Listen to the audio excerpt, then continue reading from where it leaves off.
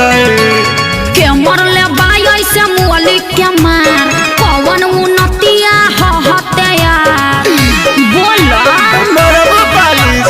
के मरले बाई ऐसे मुअली के मार कौन उन्नतिया हते यार। अरे तोरा करे आ गली में तोरा धरैनी रे कैसे भाई से तोरा पिटैनी रे। अरे का करे आइल रहो हड्डी मसली सब देला से दूर अरे मरले साले का संस भरा अरे मरले साले का संस भरा अरे मरले साले का संस भरा। अरे कहाँ मरल अरे का बताइए बड़ा मरले बड़ा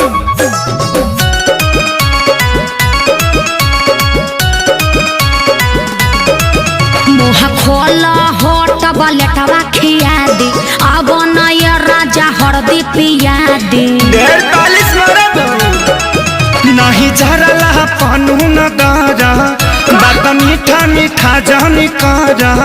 ओहो ऐसा कहे सोचता रह तनिको न कोइला हस विचार कुर्ता पायट कुल्ही देला सफार लहै हरदी गुड़ पीला तका कर मिले हम आईनी रे प्यार में गलती भारी कईनी रे। चुप रहो सब ठीक हो जाई। पूछा करू अब तू हर दिला गुड़ अरे मरले साले कसम से भरा अरे मरले साले कसम से भरा अरे मरले साले कसम से भरा। अरे चुप रह चलो भोका माइस के सुई दिबा दी। वो कौन सुई है? दुख हरनी सुई। अच्छा